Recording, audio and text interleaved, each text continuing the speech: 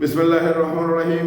সংগ্রামী সকল ফেসবুক ভাই বোন বন্ধু, বাংলাদেশের বাইরে এই ভিডিওটি যারা দেখবেন, আমার পক্ষ থেকে জানাই সংগ্রামী সালাম, আসসালামু আলাইকুম। সংগ্রামী উপস্থিতি,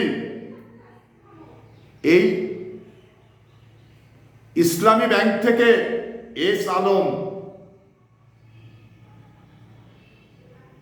৮০,০০০ কোটি টাকা বিভিন্ন নামে বেনামে লোনগুলো নিয়েছেন। আজকে এই ইসলামী ব্যাংকটা, অনেক ব্যাংকগুলো, কিন্তু শুধু ইসলামী ব্যাংক না, অনেক ব্যাংকগুলো একেবারে দেউলিয়া হয়ে গেছে। কারণ এদের ক্ষমতা ছিল, এস আলম একটি কোম্পানি, তার অনেক উপরে হাত রয়েছে, যে হাতের কারণেই তারা শুধু ইসলামী ব্যাংক না, বিভিন্ন ব্যাংকে থেকে এই যে হাজার হাজার কোটি টাকা লোন করে আজকে বাংলাদেশের ব্যাংকগুলোকে একেবারে দেউলিয়ার পথে নিয়ে গেছেন।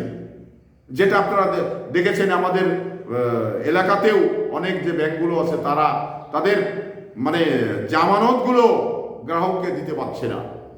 জামানতগুলো নেওয়ার জন্য গ্রাহকরা হন্যে হয়ে ব্যাংকের দরজায় বারবার খুঁজে বেড়াচ্ছে। এটা এই রেড অ্যালার্ট জারি হলো শুধুমাত্র রাষ্ট্রীয় ক্ষমতায় যারা ছিল তাদের দখলদারিত্বের কারণে, তাদের ক্ষমতার কারণে। একটি ব্যাংক কোনো মন্ত্রী বা এমপি দিতে যখন চায়নি, তারপরেই চটপাট শুরু হয়ে গেছে। এইরকম নিতে নিতেই আজকে ব্যাংকগুলো একেবারে দেউলিয়া। এই যে ন্যাশনাল ব্যাংকে এখন এটা প্রমাণিত, আমাদের এক বন্ধু, সে কিন্তু এই ইসলামী ব্যাংকে টাকা জামানত আছে, এই জামানত নিতে একাধিক সময় যেতে হচ্ছে। তারপরেও তাকে প্রত্যেক মাসে ৫,০০০ করে টাকা দিচ্ছে। একটি জিনিস আপনারা চিন্তা করে দেখেছেন যে আমি নিজের টাকা রাখলাম, রাখার পরে আমার টাকা নিতে হবে মাসে ৫,০০০ করে। এবার কি দেউলিয়াত্বের পরিচয় দিয়েছে, এই বিষয়গুলো আমাদের বুঝতে হবে। কারণ বাংলাদেশের এই অভাব, এই ঘাটতি পুরা করতে আগামীতে যে কতদিন সময় লাগতে পারে এটা বলার কিছু নেই।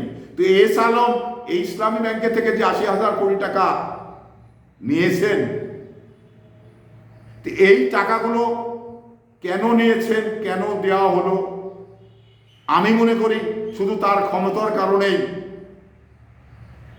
সে নিয়েছে, এবং নিয়ে সময় মতো দিবে। ব্যাংক যে তাদের কিছু বলার ক্ষমতাও কিন্তু ব্যাংকের এমডির নেই।